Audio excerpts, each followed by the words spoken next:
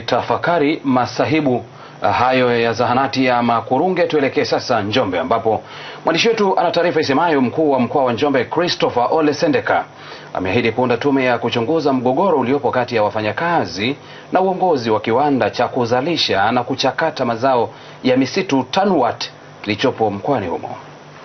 Mkuu huyo wa mkoa ametoa tamko hilo katika ziara yake ya kushtukiza kiwandani hapo na kukutana na wafanyakazi waliomlalamikia kupunjwa stahiki zao na mwajiri, ikiwemo mishahara, likizo ya uzazi, fidia ya malipo ya matibabu na ukiukwaji wa mikataba. Taarifa zaidi na Tatu Abdalla.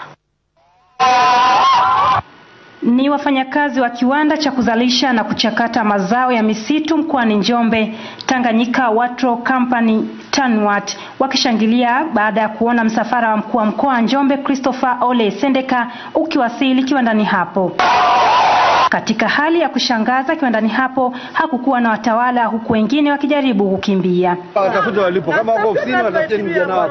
Baada ya nusu saa kupita, watawala wakawasili katika maeneo ya kiwanda, na ndipo wafanyakazi wa kiwanda hicho akapata nafasi ya kuwasilisha malalamiko yao.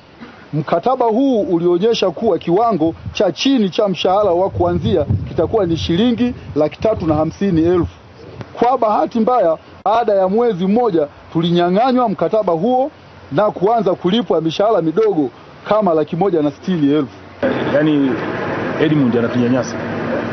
Sio, hana utu kabisa na wafanyakazi wake. Kwa hiyo sehemu kubwa anaegamia kwa Wahindi. Pale kuna shida kwamba akienda kuzaa basi muda wa kurudi tena hana kazi, ambaye andike barua kaombe upya. Je, sheria za kazi zinasemaje? Mtu akisha mkataba huu, hii format ambayo imepewa, ambayo mnatakiwa wote mfanye, muingie kwa utaratibu huu.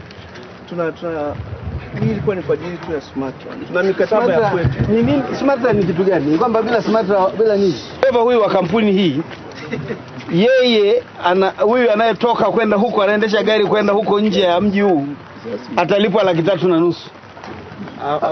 Huo utaratibu upo, ila kinachobadilika kuna sehemu ya posho. Mtu akitoka nje ya sehemu husika kuna posho anaandikiwa, lakini mshahara wake unabaki pale pale. Kufuatia malalamiko hayo, mkuu wa mkoa Christopher Ole Sendeka ikamlazimu kutoa ahadi ya kuundwa kwa tume ya uchunguzi wa malalamiko hayo. Ni vizuri wakaheshimu mikataba yao, la kwanza. Lakini la pili, nataka niwaombe, nitaunda tume itakayokuja kupitia tuhuma moja baada ya nyingine, ambayo itachukua ya kwenu tayari tunayo, lakini itapata ufafanuzi kutoka kwa viongozi wenu.